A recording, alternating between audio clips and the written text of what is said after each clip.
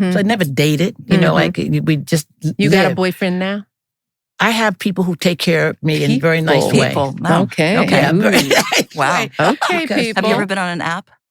Never. Never. Oh, no, That's I'm too like cool a for date. that. I If figured. she's never been on a date, she's definitely not going to be on an I'm app. too cool for that. So when you say they take care of you, Yeah, what do you you know, mean? you know, What you have you got? people who You love got, you. you got your Wednesday dude. You got your no, Saturday in the different dude. places in the world. Oh, yes. It's a little bit better to be in different places in the world.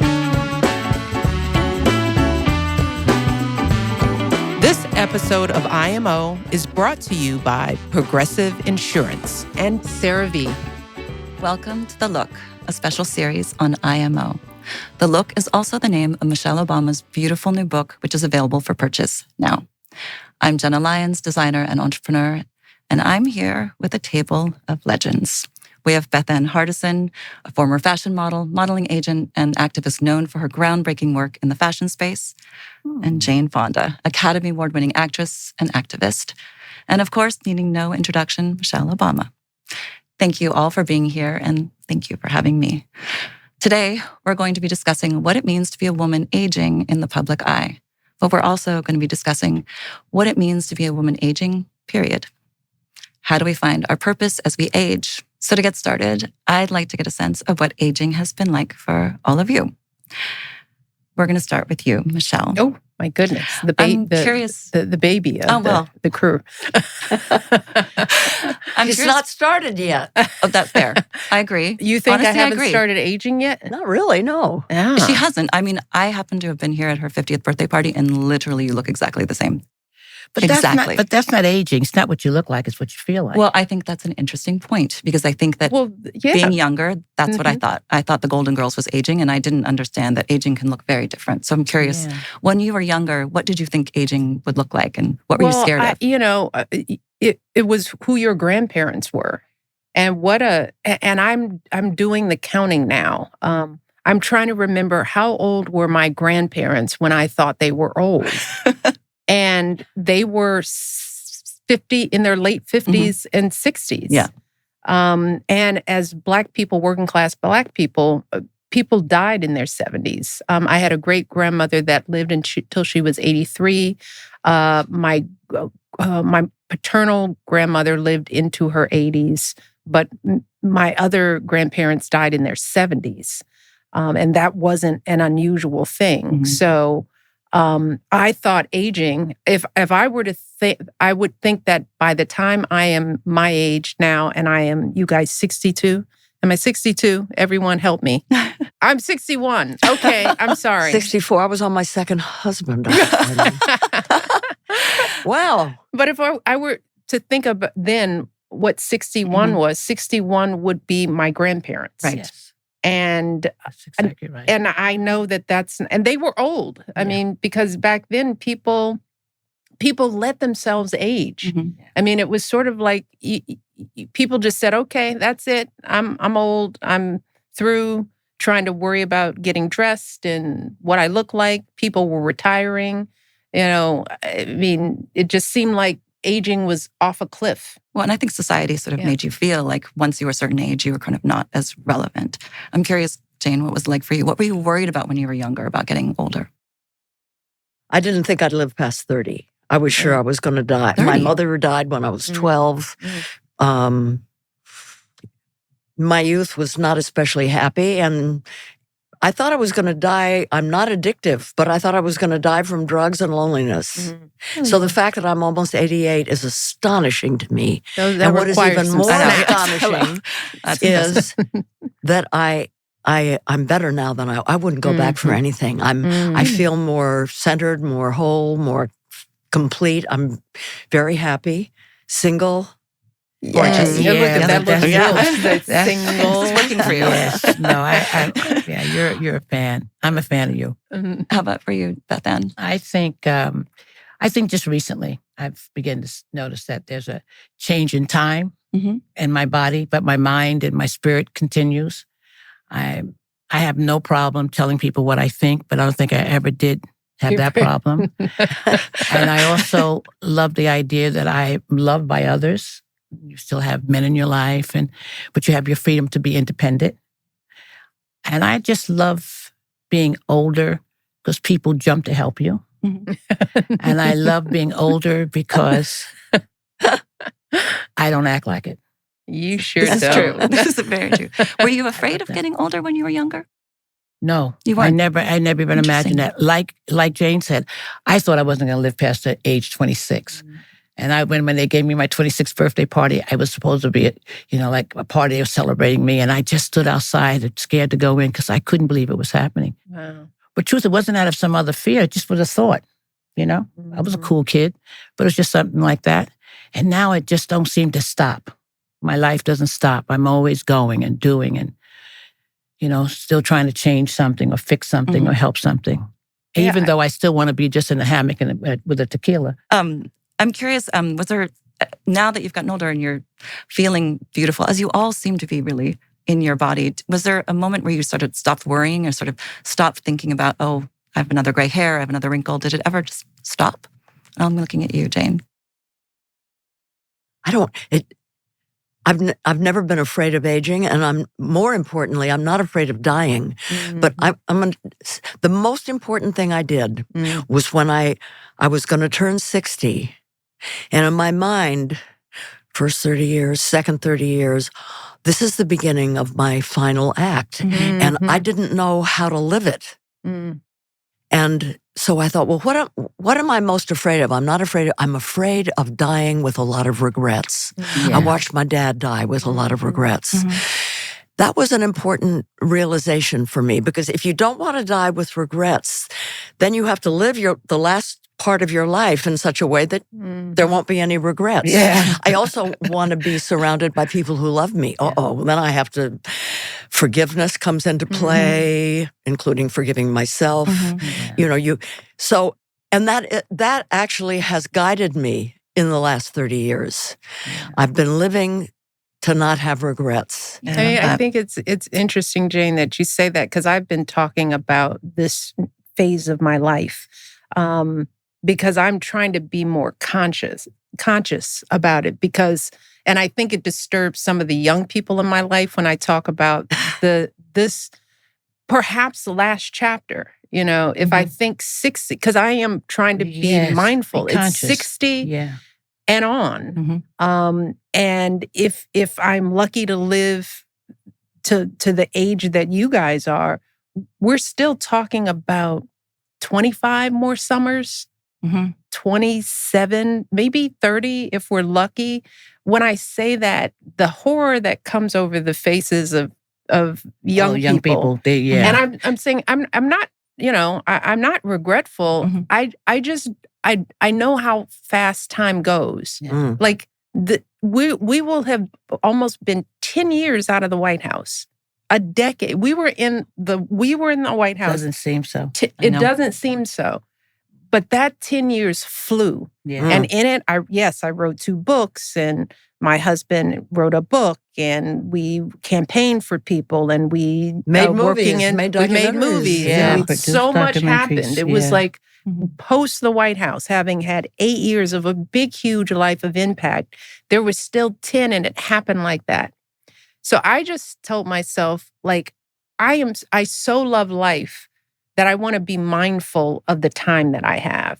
Because if you don't acknowledge that at 60, we do have maybe one more chapter, then it starts slipping away. I want time to slow down. So, it's interesting. As you speak, you actually have been thinking about this like a novel. You've really been thinking it out. And there's something that Jane said, I heard some time ago, that always makes me repeat it. She said, you don't feel old as long as you're healthy. So true. You remember saying that? Yeah. I mean, I think that old age is fantastic. If it's lived intentionally. Intentionality is the key. Yes. Really thinking about it. Oh, God, this happens to me all the time. I start a sentence and then my God. what I was going to say. What was I saying? Welcome. Why should I be alone? I don't remember. What was it that but I was saying that what you've said, and I keep this in mind. Healthy. I say it to Yes. If you don't feel old as long as you're healthy. Yeah. If you're healthy, you don't feel old. But I am someone who was raised to believe in death. So between my What does that grandmother, mean, believe in death? I'll tell you.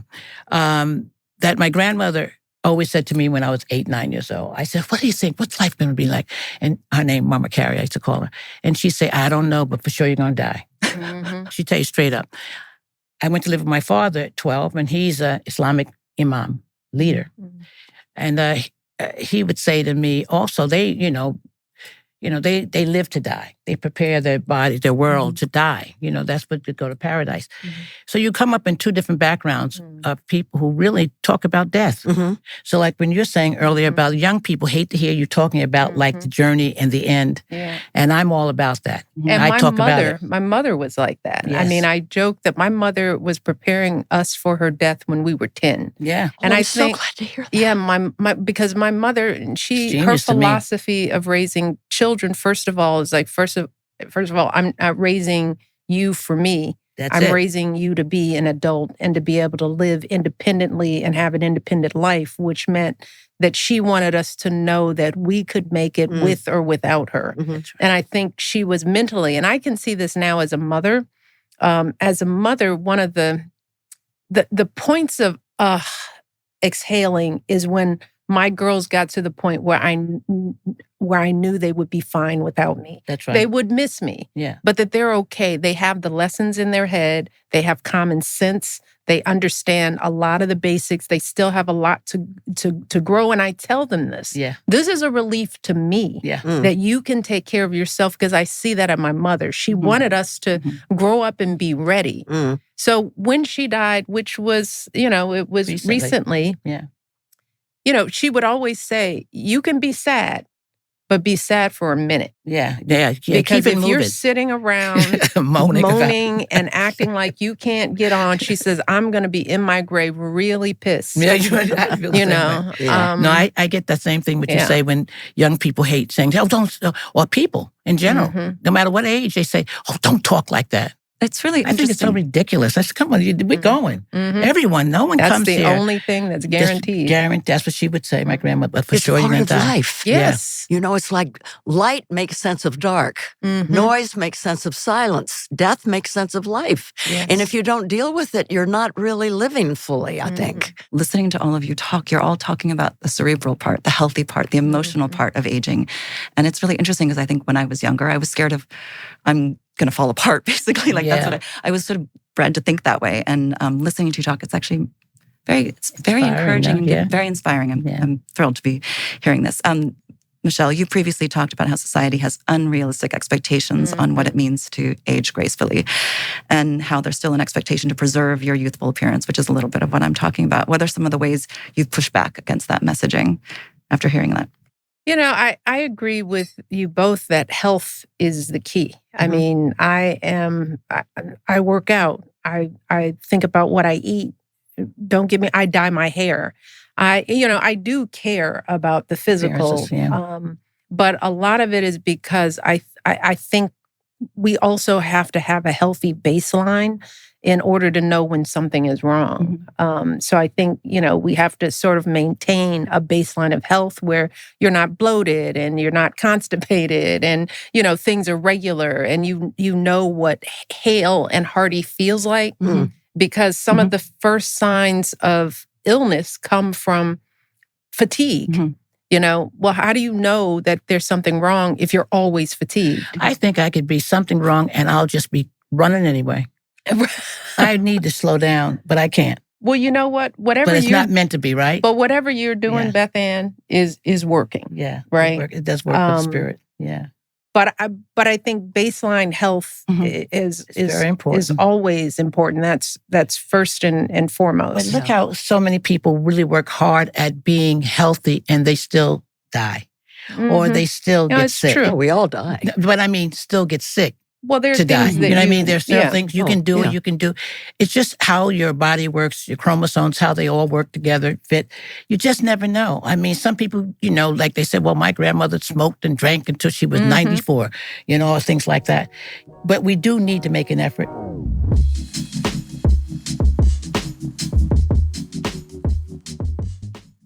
This segment is brought to you by CeraVe, the #1 dermatologist-recommended skincare brand, developed with dermatologists to help you feel comfortable in your own skin. Hey, Mish, What do you think being comfortable in your own skin means? Well, for me, it means feeling good inside and out. And it's not just what I'm wearing, but it's how I'm feeling. Mm-hmm. It's about, little things about, in our family, not being ashy. Oh, yes. is an important part of feeling good. So taking care of myself, lotioning my skin, working out at the gym. That's to me what feeling good in my own skin means. Yeah, I hear you on sort of the moisturizing and keeping yourself well prepared. The Self-care. But when I think about being in my own skin, I reckon back to when Mom used to say, you don't need to worry about people who are outside this house. You should feel comfortable in your own skin, which made me feel confident and assured when I went outside that no matter what somebody said to me, I always felt comfortable. But it also helped you not being ashy. And speaking of not being ashy and taking care of your skin, a big thanks to CeraVe for supporting this conversation. CeraVe's new intensive body moisturizer line, which comes as a lotion and cream, has been helping a lot of people find the same kind of comfort in their skin. It's rich, creamy, and made with hydrourea, 3 essential ceramides, and shea butter to deliver 72 hours of hydration and 99% itch relief while strengthening your skin barrier. CeraVe is developed with dermatologists and the #1 dermatologist recommended skincare brand. Thanks again to CeraVe for being a champion of healthy and comfortable skin for all. We all feel our best when we're comfortable in our own skin. CeraVe helps you get there. Learn more at CeraVe.com.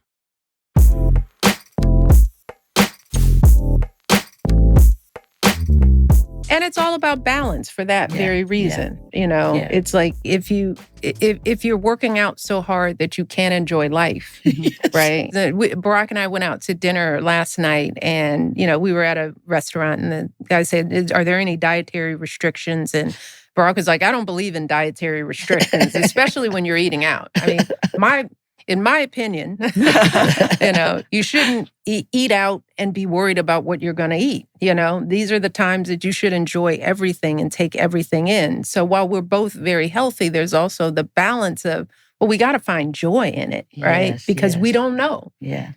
I have a theory that, I'm controversial and I'm an activist, and I've been very unpopular. No. I'm popular right now. It probably won't last. But I think that it's important for somebody like me who's an activist to show that I can also look good and that I'm still hireable. It encourages the young ones to not be so afraid of it. Right, right. That's true. I'm curious because I'm a tall girl, and I'm just wondering how has being taller affected your styling choices and when it comes to aesthetics and things like heels?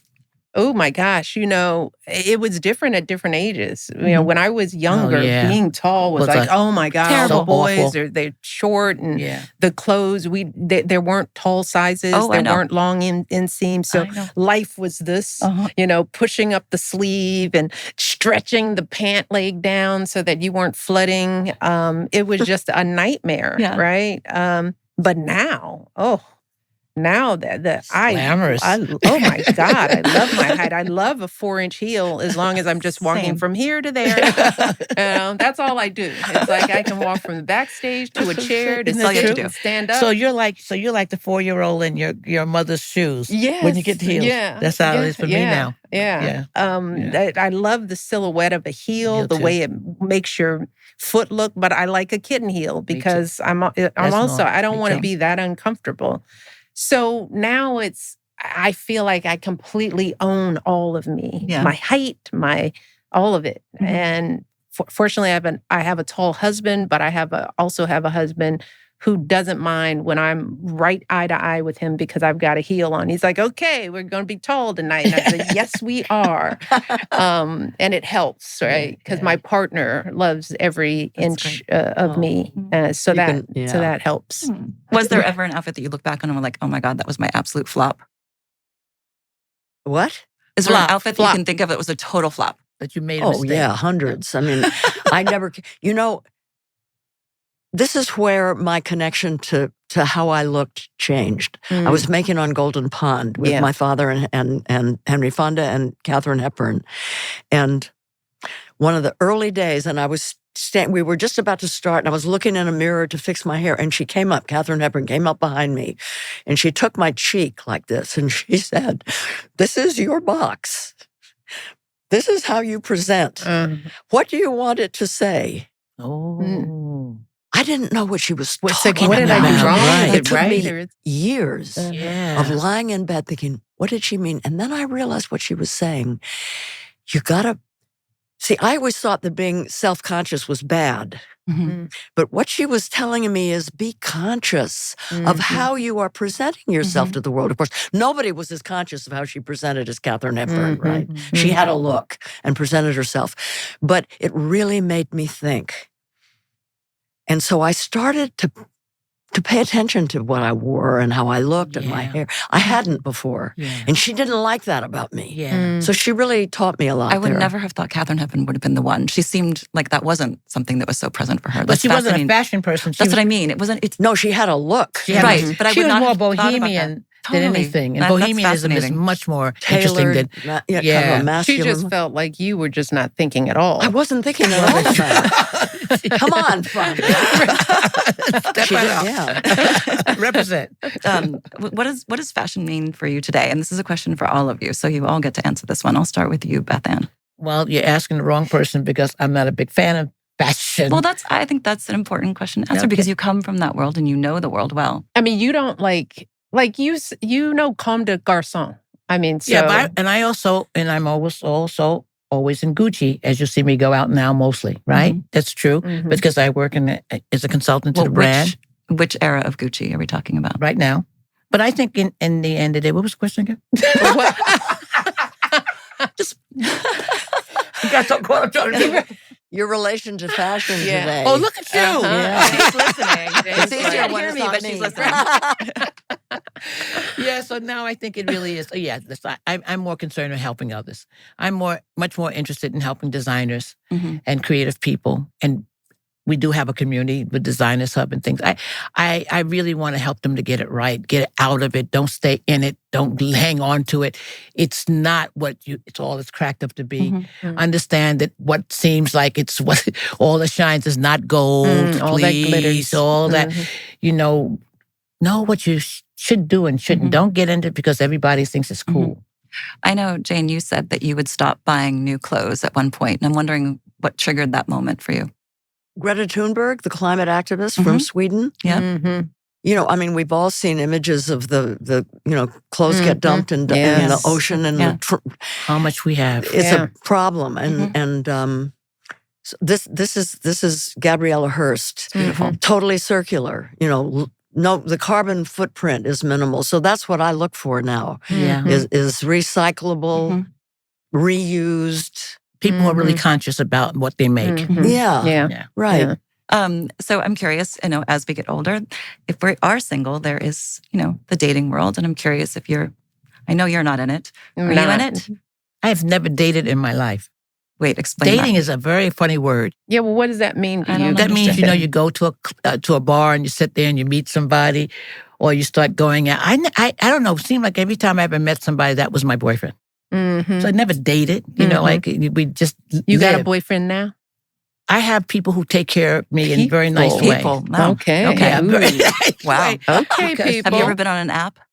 Never. Never. Oh, no, That's I'm too like cool a for date. that. I feel If she's not- never been on a date, she's definitely not going to be on a date. I'm too cool for that. So when you say they take care of you, Yeah, what do you mean? you What have you people got? who love You you. got your Wednesday dude. You got your No, in Saturday the different dude. places in the world. Oh, yes. It's a little bit better to be in different places in the world. Wow. Bethann, Then- are we outing you? Do they know about each other? Where do you meet them?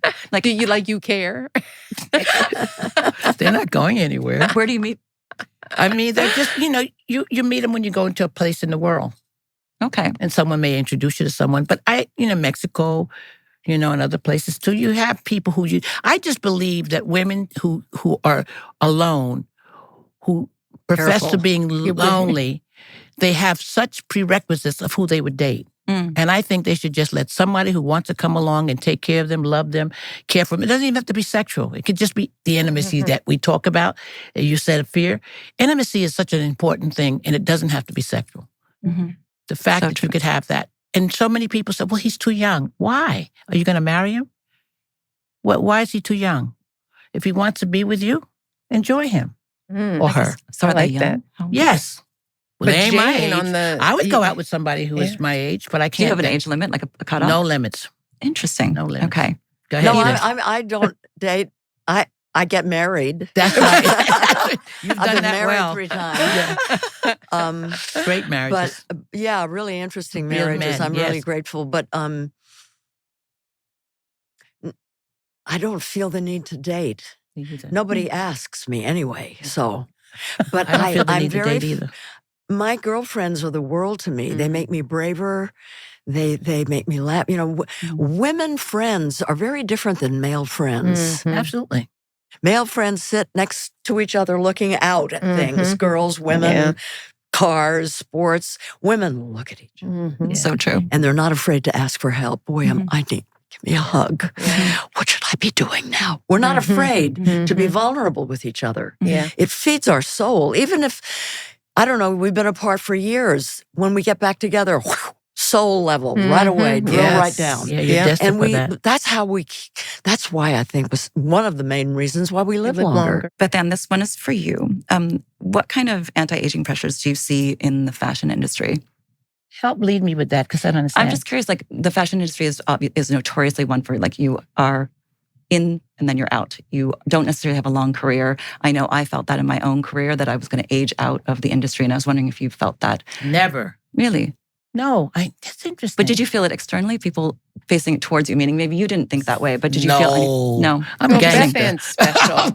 Bethann is so special. She's such a special. I mean, I'm gangster at what I do. So I don't think Yeah, anything yeah. that, and the Obsessed. idea really, truly, I never thought about that, because even when I had dreadlocks, Mhm. long, and that was many, many years ago, people Before would say, dreadlocks were before they were in, Mhm. people would say, did you get any pushback?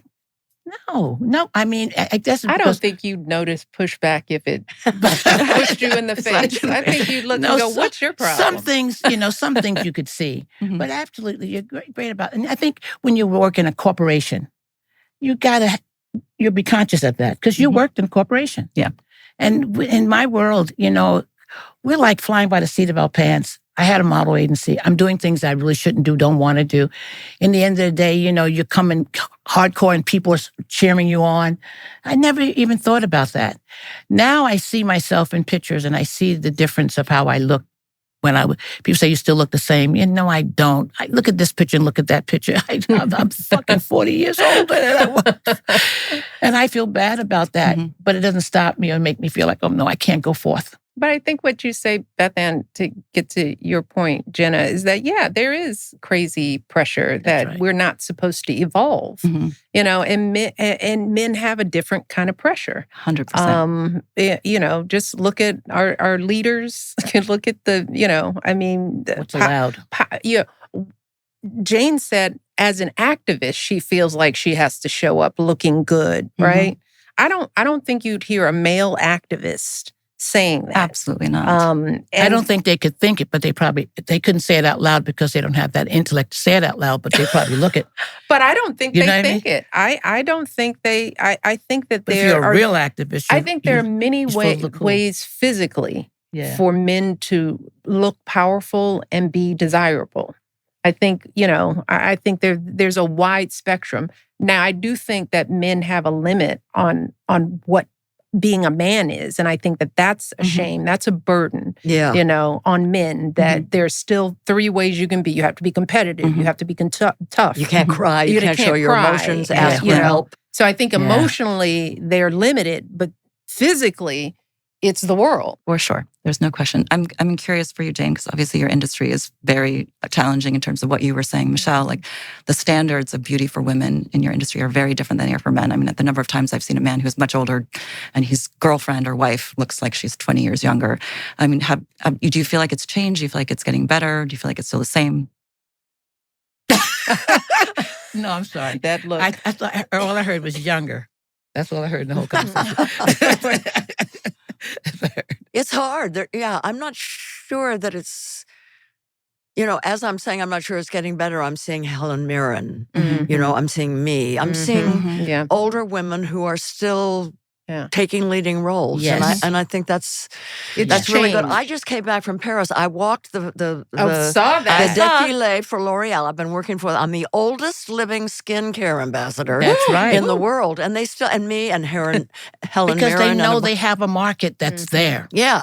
There's no doubt. But I really appreciate that. I do too. They recognize that. Yes, I do too. Yeah. Very much so. But that's new. I mean, that's recent, right? Definitely recent. And it's recent in the apparel fashion industry, what we want to call it, because, we see it on the runway. We see it in commercials, all sizes now. People, that's definitely marketing, the last 10. Advertising agencies. The Ozempic is hurting the all sizes, I'm not going to lie. That one we are seeing rollback for sure. Yeah. But I think the diversity in age has gotten better. All right, go ahead, question. You all have experienced the media scrutinizing your bodies over the years. And how did that affect how you viewed your own body? And how does that affect your current confidence? I was made to feel fat when I was little and very much objectified by my parents. Well, my mom was dead, but my dad, he was a good person, but it was just a problem, And it came from your father. Your bathing suit is too big, small. You got, don't wear he didn't know. Too short. I don't know. He was always critical of my physical being. And so I had body dysmorphia most of my life and suffered from eating disorders. So it's been a battle for me. And at almost 88, I'm happy to say I don't give a flying fuzzy rat's ass. I want to look good enough that I can get work, but I'm not worried about it anymore. If I was married to a man, it's still ingrained in me. I grew up in the 40s and 50s. Yes. I would have a problem, but I'm single, so I don't care. Well, I will say that your workout video was one of my favorite. Yeah, it was kind of game-changing. Like, it was. It really was. It really anything was. that was designed for women, and I was so inspired. I loved it. It was one of my favorite It was things. all done to raise money for the Campaign for Economic Democracy. No. All with I did not know that. Well, Yes. It was very influential for a lot of young women, myself but included. I was surprised at what an effect it had. It was great. Yes, it's true. It's cultural.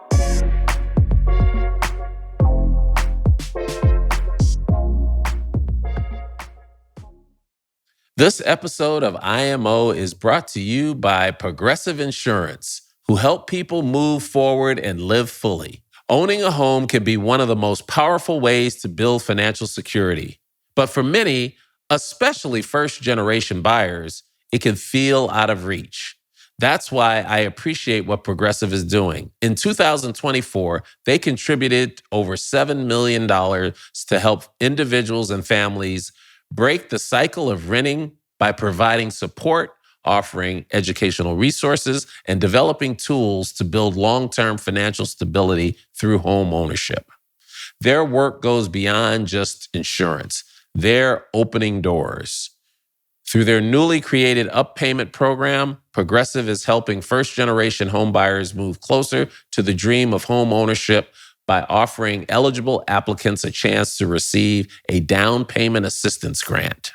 Owning a home for me made me feel grounded and also set me up for the future.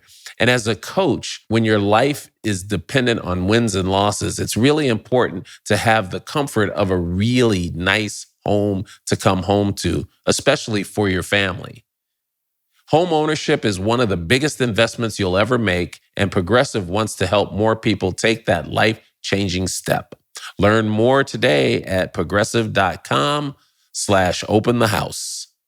This episode of IMO is brought to you by Indeed. Typically, your college major is unlikely to be your profession, and that's certainly the way it was for me.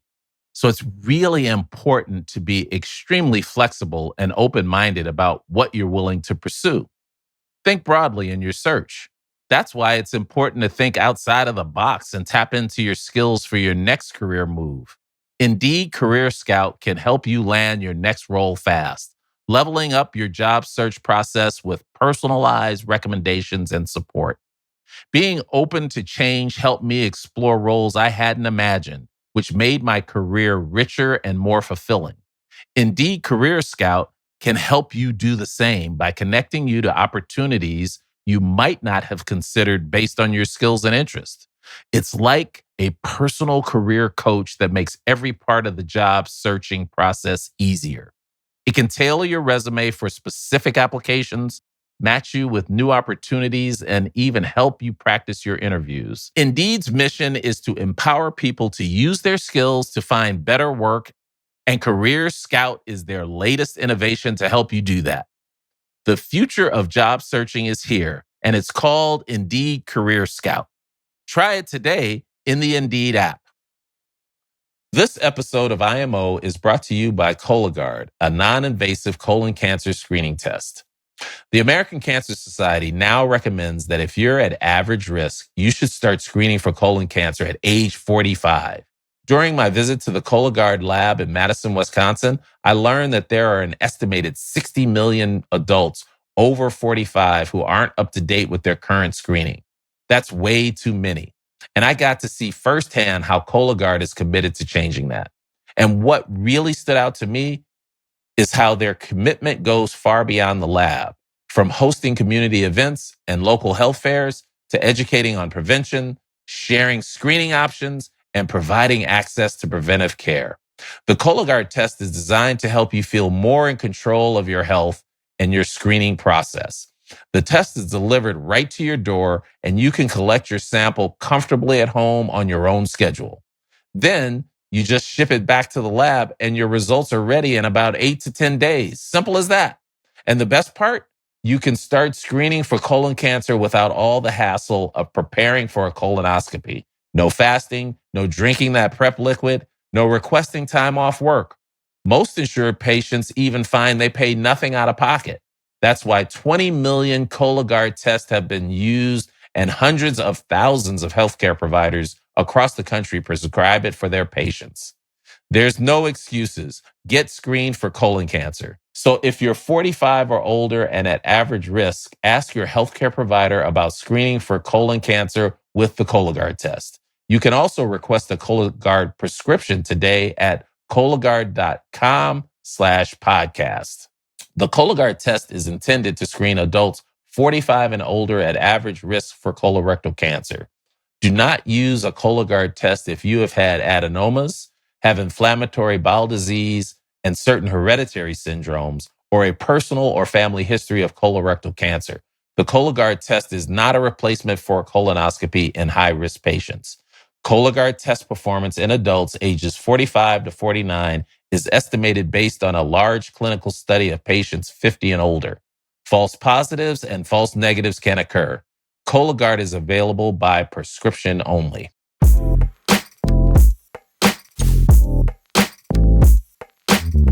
All right, Bethann, this one is for you.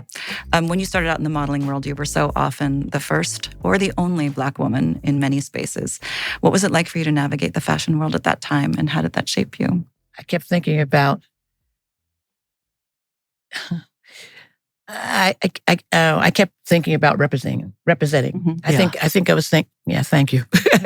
I think I was always thinking about represent. I didn't mind being the only one. You didn't. I never sweat me none, because I didn't think that anybody was better than I anyway. Mm-hmm. But I honestly did think this is just the beginning. Where did your confidence come from? I'm curious, because it seems so. I want to tell you all a story. Mm. I used to be in a gang. Wait, back up. What? I used to be in a gang. You were a gangbanger. Where was this? Cool. In Brooklyn.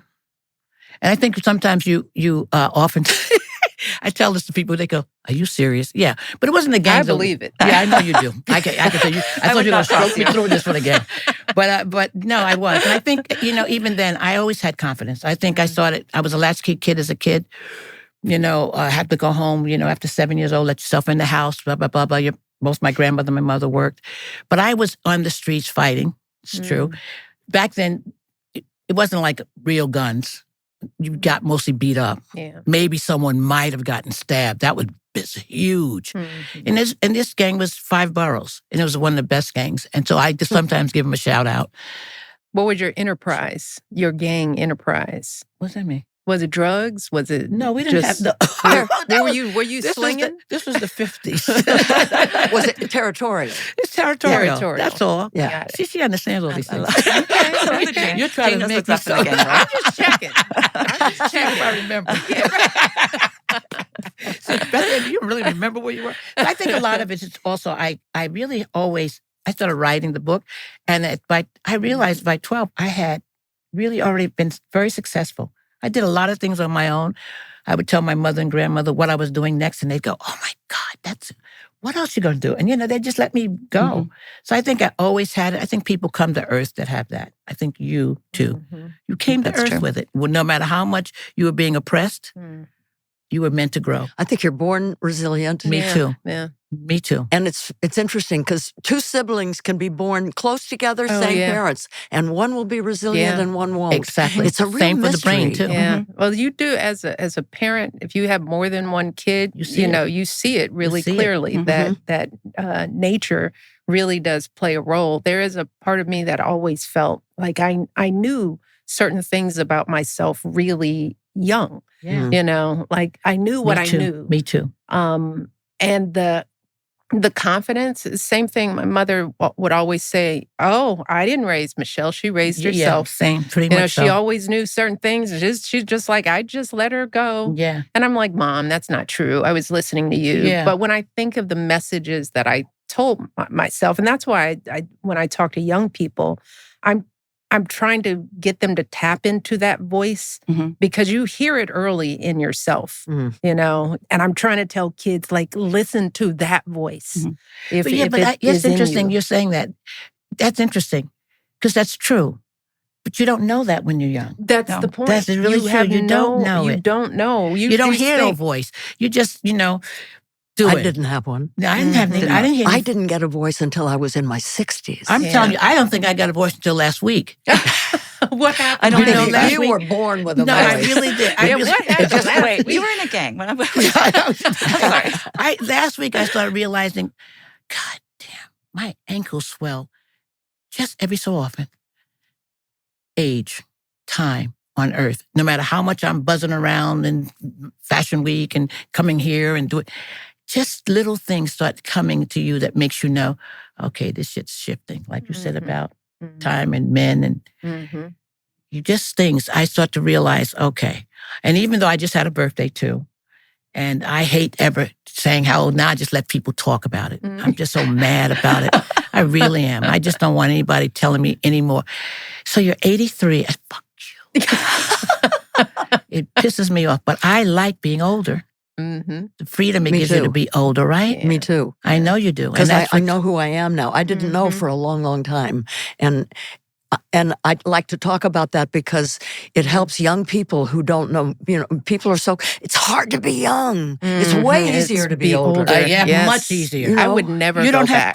Me and the driver were just talking about back. Me either. I mean, the point, well, first of all, I can't bullshit. I had a great growing up years. I had a very good childhood. And I mean, I came up Bedford-Stuyvesant, Brooklyn, 2 parents, both female, then went to live with my dad, who was much more of the intellect and all.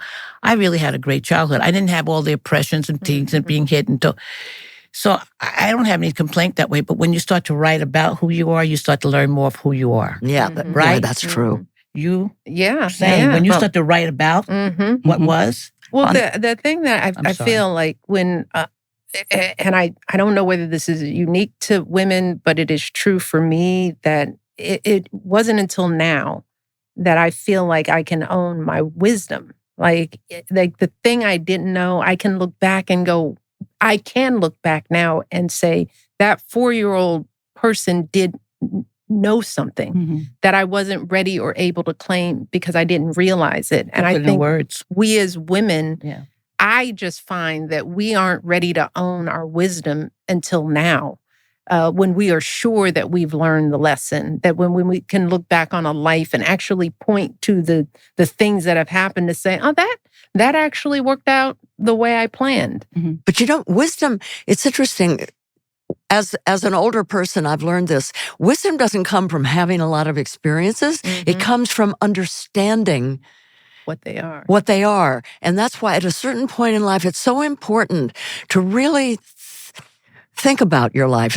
You know, when I turned 60, wanting to figure out the last, I knew that you can't know where you're going unless you know where you've been. That's right. And that's when I began to really study myself like I wasn't me, like I was somebody else, like an archaeologist. And then wisdom came when I started to really figure it out. It didn't just, you know what I mean? Yes. You are so smart. What? You to me have always been one of the smartest women. I mean, really. You are. You really. So you're still not claiming. No, intentional. You're not still not claiming your wisdom. No, but you really, I've always thought of you being so smart. Thank you. Even with all the mistakes you think you made, I always thought you are so smart. Listening to you now, I mean, the average young person would never think a person, like you said, about how we think of age. When we're kids, we think 50. Done. Here you are in your 80s talking shit that most people, pardon expression. Yes. That most my people, son said the other day, my mother since I was born, my mother's talked about her death. It's focusing on the end and how you want I mean, we could all die tomorrow. We don't know how we're going to die, but having a vision of how you want it. You're so smart. And then living to that. And you always being, your husband always saying how smart you were, how smart you were, how smart. You're so smart. And I never went to college. But you're so smart. I mean, I went to too, FIT. Bethann. That's not college. I mean, but there's all kinds of smart. You know, I mean, because there are people who are more academically lettered. They accomplish more. Yeah, they don't take the steps. But there's a combination. Smart is a combination of things. Yeah. There's IQ and there's EQ, and they're very different. And I think, particularly in the corporate world, EQ is often more valuable than IQ. Yeah. I spent a lot of time recently in Louisiana, on the Gulf, Louisiana and Texas, with people who live near LNG terminals, and they're called sacrifice zones. And most of the activists were women. They're so smart. Most of them didn't graduate high school, but they're the smartest people I know. They just naturally have. Yeah. Okay, I'm going to bring us back. Go ahead. This is directed towards you, Michelle. You share in your book that society tends to diminish older women and expects them to fade into the background, younger women too. However, you've chose to go the opposite direction. And it's also shown up in your fashion, and you've worn bolder looks and gotten much more sort of expressive. I'm just wondering if you can talk a little bit about how you're feeling now about the way you show up. Yeah, I think my trajectory was a little unconventional. You know, that little 8-year stint as First Lady tends to confine, to be a bit confining, right? Because, that the job was not to just represent me, but to represent the nation. And as the first Black family in that house, just like, Black folks feel in all the first positions, that we're we're carrying the torch, we're lighting the way, which means that we've got to do it really, really well so that the next folks will have a chance. When you're the only, you feel like if you don't get it right, nobody will ever get this position. Women, people of color, people of different ethnicities, of different genders and sexual orientation, we all feel that. So a lot of my fashion choices, we talk about in the look, the look was about using the language of fashion as a way to send a message, to send a message about beauty, about culture, about the American spirit, about inclusion, right? So that was, I had a role, right? Now that I'm out of that role, fashion is about me. It is selfishly it's completely about what I like and what I want to do. It was that way in the White House. I mean, but it was confined. Controlled, yeah. And so now I feel like whatever I do, I don't have to explain it. Or it doesn't have a consequence in that way. And it wasn't that I resented that, but that was the assignment. Conscious. Representing. I was representing. And now I'm just representing me. I remember one of the first outfits you wore after the White House. There were sky-high boots and gold. And I was like, yes. I've been waiting for this person to come out. I was so excited. I got sent, this is so good, this book. I love the way you talk about what you just said. And I love the way it's manifested in here. Because you really changed when you left. And that would make sense too. I'm curious. It does. It's great. We're evolving. I mean, that's the other thing. I mean, I'm at a different place in life. My kids have graduated. I'm an empty nester.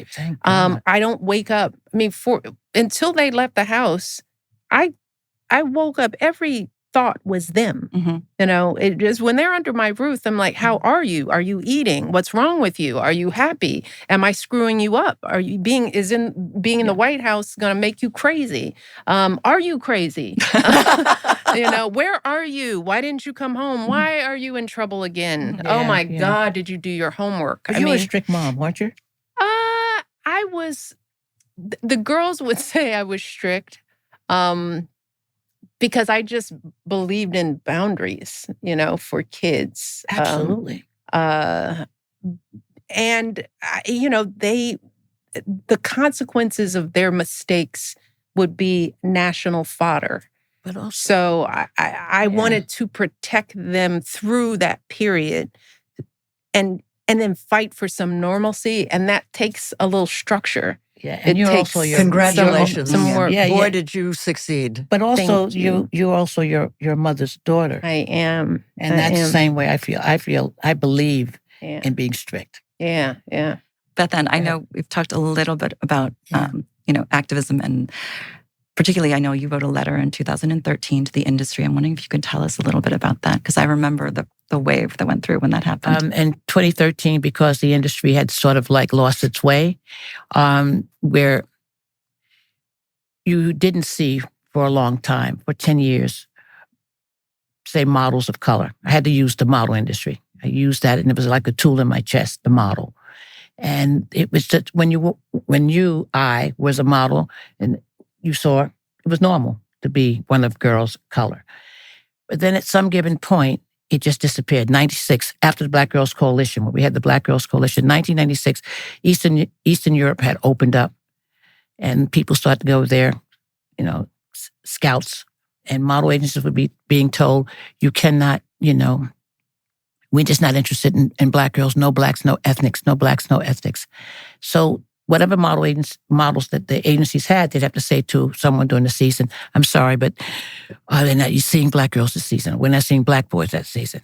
And so at this given point, you say, listen, we have not been down this road. We had already conquered that. So now it's going like getting whitewashed. And I just had to do like a data, checking how many models were being used by each agency to proof it.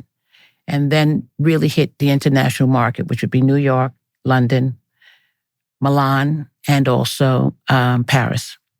And I named all these houses that were guilty. Basically, that no matter what the intention is, if you continue to use one or no or two models of color per season, no matter your intent, the result is racism. And to say that to an industry that would never think they're racist, but they're just busy frolicking with trend, really upset. I knew in my heart, I believed that they weren't racist. I believed they were just bold-faced ignorant. And ignorance is much worse than racism to me. So I wrote the letter and sent it out, and then everyone started to scramble. It made a huge difference. I remember it was a sea change. Yeah, it's a pretty important everything. moment. And my point is, I was trying not only to change my industry, but once we could put those images back into place, it would change all industries, and it has. Well, this is why history and understanding how we got where we are is so important, right? Because some would label that as DEI, as affirmative action, right? When the truth is that a lot of the fighting for equity and equality and inclusion is about the fact that DEI was happening in the reverse. That there was a lot of blackballing happening throughout the country. It's the history of America. You can't join this union unless you were of this ethnicity. You don't get this opportunity because of the color of your skin, which means that a lot of the opportunities were earned without merit. It was earned because others were excluded and there wasn't real clear competition. The best people weren't always getting the job. If you had to be the son of somebody, the daughter of somebody. That was the history. And now to hear people criticizing DEI, I mean, it's almost like, okay, we like affirmative action as long as it benefits us. Right. But if it's going to bring too many immigrants and people with different skin colors into the fold, now we're going to go after it.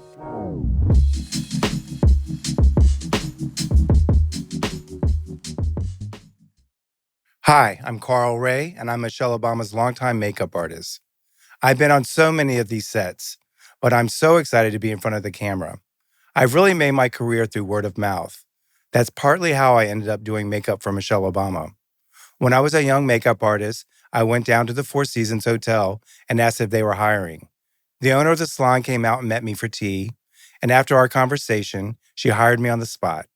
I worked at the hotel for 15 years as the resident makeup artist and had the opportunity to work with so many dynamic people. One day I got the call to meet Michelle Obama. She asked me to come on as part of her team. I spent years building my business by word of mouth, but it would have been so much easier to have Airbnb when I was coming up. Now, as a service professional, you can list yourself on Airbnb. You can get discovered by all kinds of potential clients.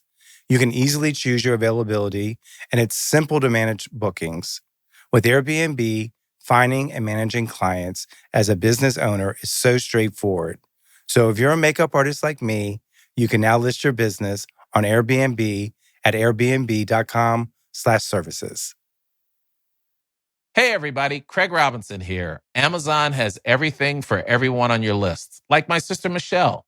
Now, let me tell you, shopping for her has always been a thing.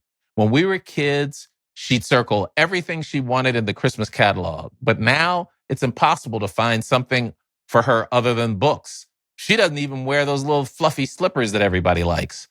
But now, with Amazon, I don't have to run around to a dozen stores to find the perfect gift for her. Amazon's got it all in one place. Books, fitness products, even the latest gadgets she likes to play with when she's cooking for the family.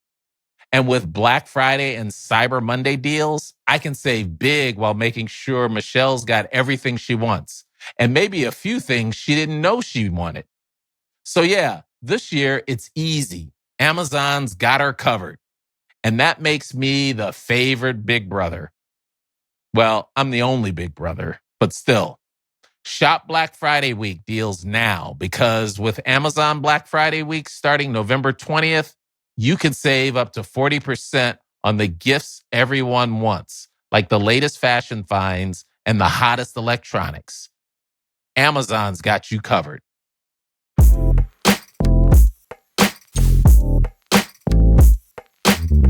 But knowing this kind of history in the modeling industry is important. But it's also important to elevate it to and where we are now. That's why it made it that way. Jane, this one's for you. So since the 70s, you've been a very loud activist and willing to fight and sometimes get arrested for major political and civil rights issues. Do you still see yourself as that person today? And how has your activism changed? I want to talk about how activism has changed me. I don't feel like I really came into being until 1970 when I decided, because I lived in France, I was married to a Frenchman. I came back here because I couldn't protest in France. It didn't feel right. And I met people that were different than any people I had ever met. How so? Yeah. Well, I remember there was a woman that ran a GI coffee house in Killeen, Texas.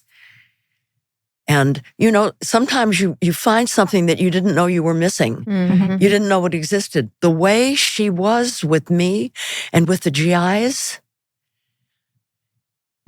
was different than any people I'd ever met. It was like looking at the world we were fighting for through a keyhole. And that's the team I want to be on. And I like to talk about that because the way she was with me is the way we have to be with the millions of people who are going to be hurt by what's happening now. And what was that felt way? Different? Yeah, I'm curious. How was she with you? It had nothing to do with what I looked like. It had nothing to do with the fact that I was famous. Barbarella had come out. She wanted to know, because I was being sent on to the base to leaflet for a rally that was she wanted to know how I felt. What do you think? She asked my opinion. Nobody had ever asked my opinion about things like that. I was so new. She treated me with respect, but she treated the GIs that way too. And I saw this. She just showed up in a very human way, and I hadn't experienced it before. And that says something about the life I was living. It was quite hedonistic and superficial, and I had avoided dealing with real things because I knew once I knew I'd never turn back. There you go. Yeah, and there you go. This is the way we have to be. You know, the cliche is be the change you're seeking, and she was. And that's the way we have to be. Yeah. What do you think is missing in terms of courage? Because it takes a certain level of courage to leave a life of safety, even though it wasn't perfect. You know, you were able to live in a bubble of sort of. Well, my dad. My dad. I grew up with Tom Joad. I grew up with Grapes of Wrath and 12 Angry Men. And exposure to that. You know, I was writing my autobiography one day. The phone rang. It was Yolanda King. It was Martin Luther King's daughter, Yolanda. And I don't remember why she was calling, but since I was writing, I said, Yolanda, when you were growing up, did Martin Luther King bounce you on his knee and talk to you about values and how to live life? And she said, no. I said, no, my dad didn't either. But you had his sermons. And I had my father's films. And so that kind of was like fertilizer in my soul. And so when I started meeting these new kinds of people, it's like I didn't want to go back. Number one. And number two, they thought, oh, she's a white, privileged girl. Give her a little hard time and she'll cave. That's right. I watched the whole thing. The more they attacked me. That's why you. But also the other important thing is I was never alone. I was part of a movement. Yeah, that's right. And that's what we have to do now. We have to rebuild movement of resistance along the lines of CNN, creative, nonviolent, non-conforming. Yes. Is there anything that scared you when you were younger but no longer scares you? The thing that always scared me was intimacy. Oh, interesting. And I've been under bombs. I've been... I've had all kinds of things, but emotional intimacy has always been hard because I didn't experience it growing up. So it's hard. Yeah. That scares me. And today too? I don't know, because only with men. I'm fine with women. She's not with anybody now. So she's free. I'm fine because I'm single now. It's like you can be intimate with yourself now. You can be intimate with Thank you. Yes, there's a door. No, it's true. It's a whole other thing. No, that's a good one. Michelle, I have the same question for you. Is there anything that scared you when you were younger but doesn't scare you anymore? Oh, yeah, there are tons of things, the dark, the boogeyman, all the myths and scary things. So you don't see scary films? I don't like scary films. I do not. I mean, I think I saw The Exorcist a little too young, and I was like, this isn't fun. Or Jaws. All of that. It's just not fun. Not fun. Yeah.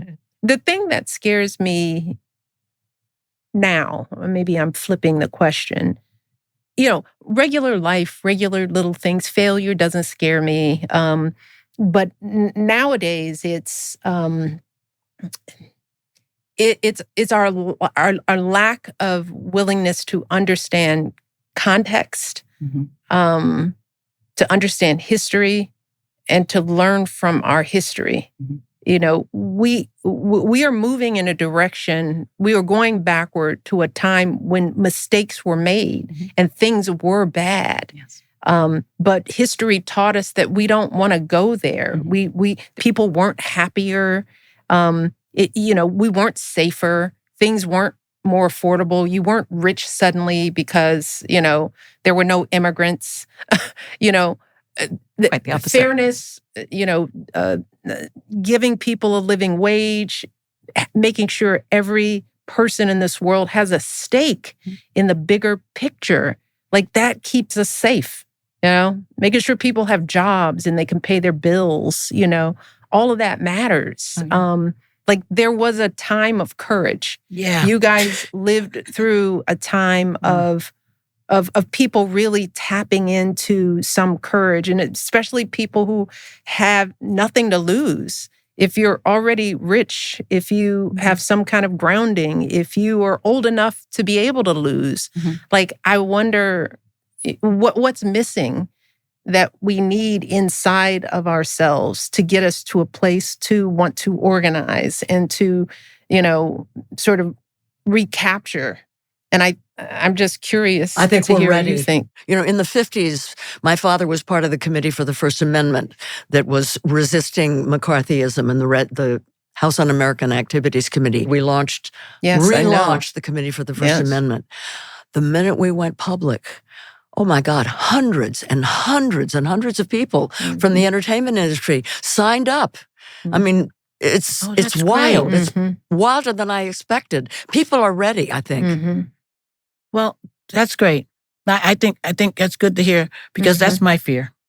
It's like what we didn't have fear about before seems like will we have the power to do now? Well, we have to act fast. You mean, yes, exactly. Like before, I remember saying, I'll die for my people, take me, not my people, being real gangster in the street and wanting to fight, be down with the Panthers and do everything we can. What can we do? Like you said, the lack of fear. And now I see at this stage of my life, I'm thinking, glad I got my permanent residency in Mexico. You start thinking, you don't want to be the one to chicken out because you never were that person, Where's it? But this is never like we've ever seen before. So I'm thinking, well, who's going to really come with it? How can we sneak and win? That kind of thing. So that's some of my stuff now. I'm thinking about that in my mind and like what we're up against, though, it's dangerous. But it's also empty. It's hollow, so it's weak. And if we can get solidarity, strengthen numbers, and make it look as ridiculous as it really is, we win. Yeah, we just have to do it quickly. Yeah, you have to move fast because it's being moved very quickly. Very quickly. Yeah. Well, and on the issue of aging and the next chapter, I'm working on the balance of leading, but making real space for the next generation of leaders. Because I also think that we do need to get the next generation really geared up and ready because these are truly their battles. That they're going to have to face. Like it's going to be the world they inherit. Most of us know. I think I'm on the tangent of having experienced the country at not its best. I think I'm of the rare generation where we benefited from all that struggle, but we weren't really in it. But I knew enough in history. My grandparents were alive. You still knew people who went through it. That was alive. The consequences were real and in your face. So that's why I think it's important for, as you age, for us to be intentional about making room. We've got to have a plan in this next chapter to move out of the seats, to let the next generation lead. And sometimes you have to let them lead, whether they know all the answers or not. Because when are you ready to lead? Like, we didn't know we were ready. I mean, we're in the White House. We were in our 40s. We had little kids. I mean, I was like, Barack, are you sure you want to do this? You didn't know? No. You I never. don't think so. I don't think you ever know that you're ready to lead. I think you just have to start doing it. It's the same thing with the letters. The same thing with me. It's the same thing with me writing those letters. The same thing of knowing that I'm getting ready now, even though I believe that I was the one to do it, because other people thought I was the only one who could do it. you still sit there and you take 4 years before you make that move. Because this is going to be something. And I was so clear about it. And I knew I had to believe in the industry in order to do it. Because if I thought I had to fight, I don't know if I would have done it. But I knew how ignorant they were. I just knew that I need to educate. The whole point is you educate people along the way. And that's the thing that was so important. Education. Well, we just all have to get really brave. We have to get, that's right. I always refer to, we've all seen the documentaries, the march on in Selma, the bridge, the batons and the dogs, South Africa, all over the world. And probably like me, asked, would I have been brave enough to do that? Yeah. And we don't have to ask anymore. This is it. This is it. Right now, we are in our documentary moment. Yeah. And we either are brave enough or we're going to lose. Yeah. But I think we're brave enough. Yes. Did you expect to be still doing this kind of level of activism at this age? Like, did you ever I didn't expect anything. Like I said, I thought I'd be dead at 30. I thought I had nothing to offer. No, I just slowly came into... But because I'm surrounded by people who've been doing it longer than me, and they give me courage and strength. I'm not alone. It makes we have to not be alone anymore. You know, ever since the 80s, individualism has been raised up as the pinnacle. This is what we're going for, each person for himself. Our democracy won't survive if it's each person for himself. We have to totally smash that. We have to start thinking about the public good, the public sphere. We have to unite across sectors. And that's what has to happen. I think generationally, something that has changed, to answer my question about courage, you remind me, Jane, of that the isolation and the focus on individuality that I think is crippling. And I think technology, our heavy reliance on social media, our phones, young people have become content in thinking that they can be happy all on their own. You know, and it's easy to do that because guess what? It's hard to come out. It's hard to be together. I think it's harder for a certain generation to do that now. Yes. But I think, you know, what I've learned in these many years, just as you've learned, Jane, and I know you have too, Bethann, is that we don't do anything on our own. That's not, you know, that individuality isn't a virtue. You know, standing just on your own and getting to a place, I got here on my own, that seems like a sad way to get anywhere. And plus, they don't even go to the movies. Yeah. I mean, for me to go to the movie theater and I sit can't in a get my movie son theater. to sit down for a movie. Right. I can get them to watch a television show, but I cannot get them to watch. Yeah, that's It's very shocking. true. They I know, really won't even go into a movie theater where you do have a feeling of being with others naturally. They said, no, I got it right here. And I think that, for me, I think it helps in my feeling of longevity, my hardiness at this stage in life.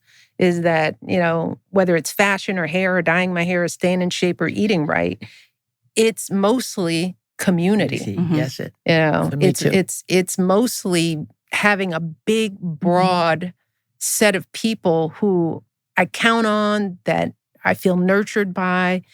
And while 8 years in the White House were depleting in one way, it was also reinforcing because it was 8 years of connecting to this country. That's a nice note to end on. I will say this has been deeply inspiring for me. I came in here with totally different expectations and I'm moved. It was really special. So thank you for This having is really me. It was special really incredible. for me as well. Thank you. Thank you all for taking time out of your lives. I mean, this is one of my dream conversations. It really is. And it has lived up to every expectation. Let me just tell you, when I grow up, I want to be like you both. And you as well, Jenna, coming up, baby. You're the baby. I'm and only the 4 group. years younger than you. Yeah, but that's a baby. I'm calling That's you the a baby. baby. Yeah. Right? Because I'm the baby. It never happened. I agree these days, with you in that. I'll take I it. really want to say that too. I am so grateful. As you've said, being loved, whether it be your male friends or your female friends, having that respect and honor from so many is been like a chariot for me. But I think what's important for these conversations is that there are going to be a lot of women of all ages and men too that are going to hear this. This is and it's exactly about right. sharing and the level of vulnerability that everyone displayed here. This is, to me, this is like a ministry of conversation, because people will look and say, well, if these women think this way, feel this way, have lived this long, or growing this way, then there's still it's so That's important. important. I quote Jane often, like I said, about even about you never feel old if you're not sick. If you're, that's so true though. When you start feeling sick and you fall into that. And I'm really grateful for this conversation too, because no one thinks to have them. Yeah. Well, thank you all. Thank you. Thank you. Well done, you guys. All right, tequila.